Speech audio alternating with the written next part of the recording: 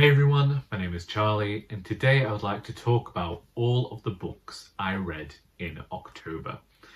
So, going from the beginning, I read Barnaby Rudge by Charles Dickens, King Solomon's Mines by H. Rider Haggard, classic Christmas crime stories edited by Stuart Davies, and The Subtle Art of Short Fiction edited by Isabelle Kenyon. A book that I didn't know whether to include in here or not was The Golden Prima, which is Professor J.M.D. Micklejohn and Walter Crane, and was a book used to teach Victorian children their ABCs. I don't really know whether it counts, so it's not in my reading journal. And you may have seen me talking about more books throughout October, and unfortunately October ended up being the season of DNFs. So the books that I DNF'd in October amount to Lady Audley's Secret by Mary Elizabeth Braddon, Hester by Margaret Oliphant, The Ghost Hunters by Neil Spring, Spiralling by Cal Speet, and Lois the Witch by Elizabeth Gaskell. I should also say I am going to read Spiralling by Cal Speet because, one, is a book that was loaned to me by my good friend Joy Winkler.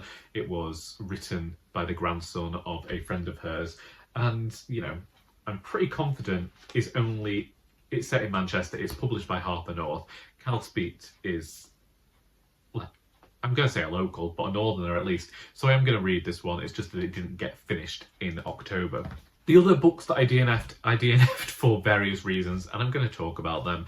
In terms of Lady Audley's Secret, it's simply that it wasn't working for me because I found it incredibly predictable, and I know that I found it incredibly predictable because of the fact that the plot has been so overdone. It might have been one of the first to do it back when the book was published, but it was overdone, and I also felt like the writing just didn't suit my sensibilities. I felt like it was doing that thing of going all around the houses, belabouring the point, and I didn't feel any particular affinity for the characters, which I know some people don't need that, but whether I like or dislike a character, I need something there to keep propelling me through the narrative, and it almost felt like, for me, it just lacked the atmosphere I wanted. It lacked the suspense that I wanted, and I found it somewhat dreary. In terms of Hester, it is definitely a book that I am going to return to. However, simply because I didn't finish it when everybody else was doing the group read. And honestly, I don't know, I really enjoy Victober, and I've participated for years now, and I appreciate everything that the hosts are putting into it. But as most people will tell you, you tell me I have to read a book. I just, nobody told me I had to read this book, but I almost just view it in a certain type of way. And I just never complete the group reads, and I read them years later and I end up rather enjoying them. But this time around, I just didn't get to the group read. I thought I'd finally figured out the way that I was going to be able to read it, because I said that whole thing about how reading such short sections every day isn't going to work for me. Well, it turns out trying to fit loads in doesn't work for me either. I think that a few issues also stemmed from King Solomon's Mines, because there was so much that I didn't like within this book that it did that thing where it almost marred my want to go to any more Victorian literature as well, because I thought if I view any more Victorian literature that seems similar to this, I'm not going to be happy. But if every book had been like Barnaby Rudge, which I did a vlog for, and it's literally, I still don't know whether this book is going to be on my favourites list of the year, but I so thoroughly adored this book, and it's a Dickens novel that I haven't really considered going to before, but then someone described what happened in this book and I thought, oh, that actually sounds like it might suit my sensibilities. And it did, and it was so good. It has some great descriptions. Even when places were being torn down and destroyed, those descriptions were just so beautiful and left me feeling so inadequate as a writer. Beautiful, brilliant, fantastic book full of dark, grotesque characters. And I will say, it does have its detractions, such as characters disappearing for 400 pages at a time and then turning up again, and you've got to remember who they were. But look forward to going back to this one in future, quite honestly. Lois the Witch. I read a chapter, and it's only 80 pages, so I could go and finish it. I could probably finish it in an hour. It's simply that I felt like it was going to go the same way as Tessa of the D'Urbervilles, and Elizabeth Gaskell, honestly, she can depress me like nobody's business. I didn't want that, I guess. I didn't want a recreation of Sylvia's Lovers. I didn't want a recreation of Tessa of the D'Urbervilles. Those books have haunted me since I read them. Like, I read Tessa of the D'Urbervilles when I was 14, going on 15, and so we're talking nearly 19 years nearly, and like never gone back to it. Never. I can't see myself going back to it. I wrote an essay. I rewrote an essay. I just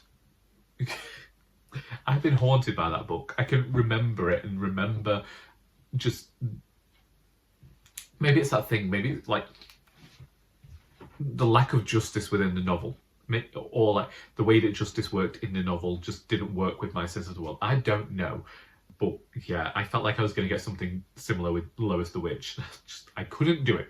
I couldn't do it. Maybe another day, not this time.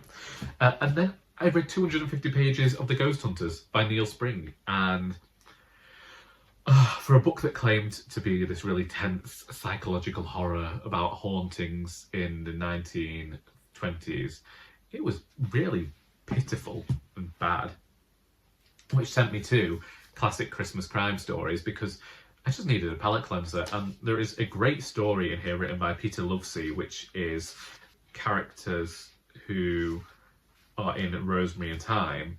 And that was a TV show in the early 2000s with Pam Ferris and Felicity Kendall. I believe you can see it in America now. And they were gardeners solving murders. And it was a quaint, cosy murder mystery series that we particularly enjoyed in my house. So to get to read the story, like a little continuation in here, was great, and I felt like the author captured those characters well. I keep saying there are some duds in here, but you'll get that with any short story collection, and I have just been out and bought another one of these Christmas short story collections to hopefully get to next month. December looks like it's going to be a month of short stories for me, simply because I am going to be lacking in time. So I think that just getting to read a short story here and there when I've got a few spare moments is going to help me power through. And then The Subtle Art of Short Fiction, which is edited by Isabelle Kenyon. I was sent this book for review a few months ago, and I hoped to be able to record this vlog in which I read all of the Fly on the Wall press titles that I have been sent. So I have this, I have The Water That May Come, which I believe is by Amy Millwall, and I also have The Wager and The Bear to read. And I was going to do this entire vlog, but as I've mentioned recently in a catch-up video, I don't know which going on first, but basically I've had a lot of things come up over the last month, which I knew about, but I expected them not to require as much attention as they did. I really appreciated this book. I haven't tried writing short fiction in years, but this takes a different approach. It doesn't feel so methodical in terms of discussing short fiction. It feels like this book is giving writers permission to explore and experiment in their short fiction. And I like the idea of that. I like the idea that it's just telling people that there are different ways to write short fiction than there were 12 years ago when I finished university. It isn't so prescriptive now. If you just want to write something, it can be a hybrid piece, it can be fragmentary, it can blend poetry, lyricism and everything within the short story. It can just be a snapshot. It could be telling an entire tale, telling an entire life story in a few amount of words. And I like that we had the essays, we had the authors discussing their own work or work of others, and then just giving writing ideas. And I am going to be taking this with me into the writers group to help craft workshops and sessions for them in the hopes of furthering their ability to craft a short story. It's a brilliant resource, and a very short, brilliant resource at that. And if you would like to get your hands on it, then As always, I do have an affiliate code, which is Charles10, and that will get you 10% off anything you purchase from the Fly on the Wall website. You don't have to get the subtle art of short fiction, but there are some brilliant titles on there, some of which I've reviewed on here before. Last me, November, I've read 2 books, and one of them was only 70 pages. But hopefully, in the next week, I get something read. Because, well, actually, I do have to get some things read, because I have books to review. But things are not lightening up in terms of busyness. 2026, I might get a handle on time management. I have a novel to write. But things might change at work, and yeah, I don't know what's going to happen. We can never tell the future, can we? We just got to work around things. But them's the books. If you'd like to discuss any of the books that I talked about in this video, then please feel free to do so. What are your thoughts on DNFing? If you'd reached 250 pages in a book, would you have just spurred on even though you knew you weren't going to like it? Let's chat about all of these things. I hope that you have enjoyed this video, because until next time, that is all.